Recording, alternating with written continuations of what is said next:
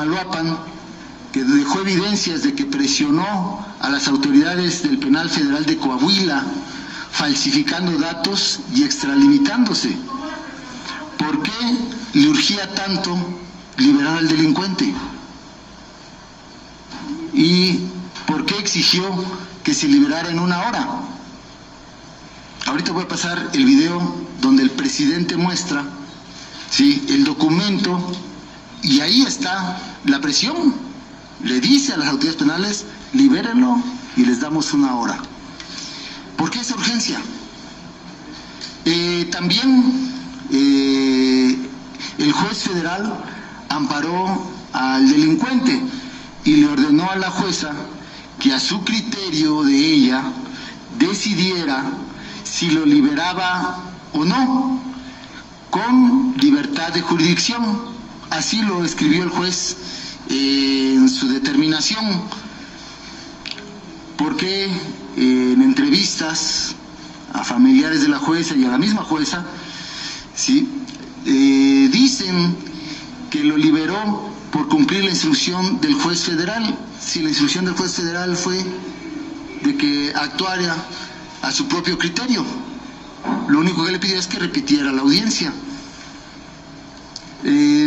También hubo muchas entrevistas en medios nacionales, hoy nos atacan algunos de esos medios, y extrañamente nadie le preguntó públicamente en esas, dice, si se reunió la jueza con el abogado defensor del delincuente, sí o no. Es la pregunta clave. Nadie le hace esa pregunta. Bueno, ¿se reunió? ¿Sí o no? ¿Qué intermediario utilizó? Porque también lo que sabemos es que dejó evidencias de que tenía comunicación. ¿Cuáles? Resulta que familiares y el abogado y abogados estaban desde antes que iniciara la audiencia en Coahuila esperando la salida del delincuente. ¿Cómo se da eso? Sí, comunicación, sin duda. Pero eso no se le preguntó, no se dijo nada. Y ahora estamos al revés. En lugar de cuestionar por qué se libera a un delincuente, no, se le protege y se le casi como víctima, ¿no? Cuando las víctimas son los miles de jóvenes que consumen droga por este narcotráfico, son las víctimas. La víctima somos nosotros, la sociedad, que por estos narcotraficantes, sí, padecemos una violencia en el Estado y en el país. Las víctimas son los que mató este delincuente. ¿Por qué? No tenemos que cuestionar a la jueza de por qué los liberó. Además, dejando eso, ahora sí, a ver, corre video.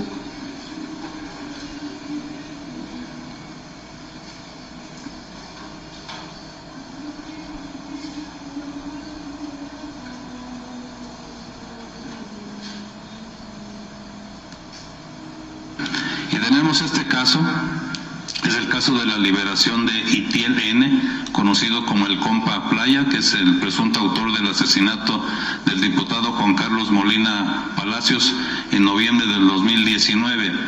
El antecedente es que el juez José Arquímedes Gregorio Loranca Luna, juez cuarto de distrito del Poder Judicial de la Federación del Séptimo Circuito Judicial en Veracruz, otorgó un amparo a Itiel N. para efecto de reponer la audiencia de vinculación a proceso para que la jueza Angélica Sánchez Hernández, con libertad de jurisdicción, decidiera sobre la vinculación o no.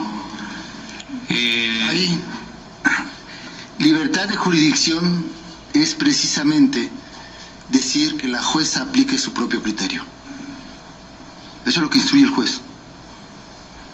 ¿Sí? El juez federal. ¿Sí? Esta vez el juez Loranca no se aventó el paquete completo, porque en otras ocasiones lo que han hecho estos jueces federales es instruir que lo liberen, y textualmente así, dejándolo en libertad, ignorando las pruebas que la fiscalía pone. Esta vez no. Esta vez Loranca es el de las Torres.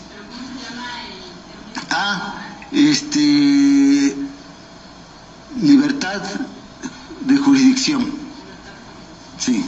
A ver si lo pones ahí. Creo que en el texto está, en la gráfica. Decidiera sobre la vinculación. ¿Otra vez? Sí, libertad de jurisdicción.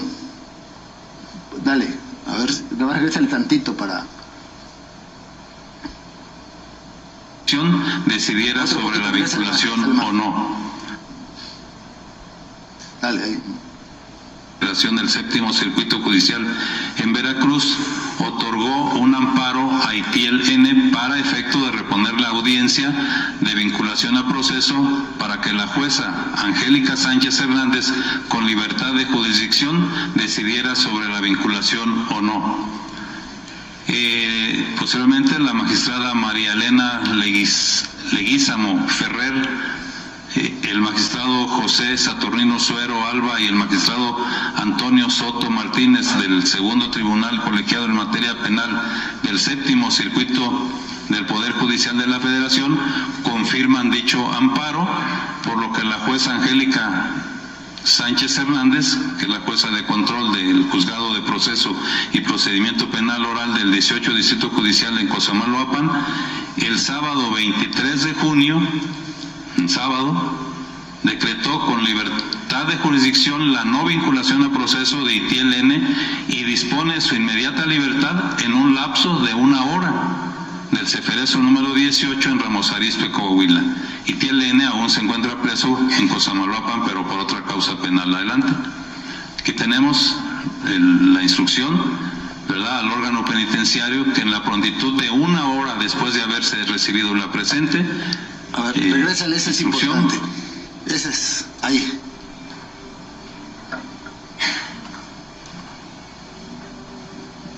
Esto es inédito. No inédito, pero es inaudito. O sea, la presión, libéralo en 1 hora. Y comunicando y supervisando que lo liberaran. Y además, falsificando datos. Sí. La autoridad penal pues consulta con la Mesa de Construcción de la Paz. ¿A qué se debe eso?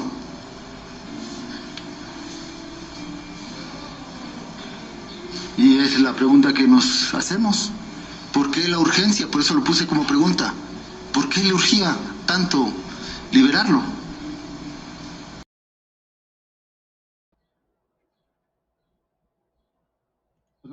Claudia García ayer tuvo una conferencia de medios en la cual pues justamente también se mencionaba de que esta jueza ya fue condenada a 1 año de prisión. Es consultar ese tema de inicio, presidente. Bueno, es lo que ya se ha informado. Lamentablemente muchos jueces, no todos, pero sí una considerable mayoría, y también magistrados y ministros, no actúan con rectitud y con honestidad. En el caso de jueces, esto tiene que ver con el fuero común y con el fuero federal.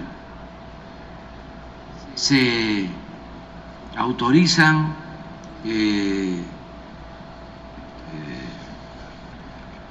libertades a presuntos delincuentes y se hacen de manera completamente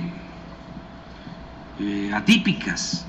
Por ejemplo, esta juez ordena que se libere a un presunto homicida considerado como parte de un grupo de la delincuencia organizada y da un plazo a los encargados del penal de 1 hora. Así se da en otros asuntos, viernes en la noche, sábado en la mañana, pero nunca se había conocido un caso en donde la orden fuese dejarlo en libertad en 1 hora. Creo que lo que se usaba también atípico era 24 horas, lo más normal 72 horas. Ya eso muestra que no es transparente el proceso legal. Entonces, en este caso, pues se presentó una denuncia y lo vamos a seguir haciendo contra los jueces. Y va a ser la Fiscalía, el Ministerio Público el que va a decidir, y luego los jueces. Y no le hace si por defensa del gremio o complicidad del gremio, los exoneran, pero ya nosotros cumplimos, no somos cómplices, no estamos encubriendo ese tipo de cosas, porque además son daños mayores a la gente, a los ciudadanos, incluso a quienes trabajan para garantizar la paz y la tranquilidad. Imagínense, se libera a un presunto delincuente, un homicida, quien lo detuvo, quienes participaron, pues van a correr riesgo. ¿Y a qué salen si en efecto son gentes dedicadas a la delincuencia?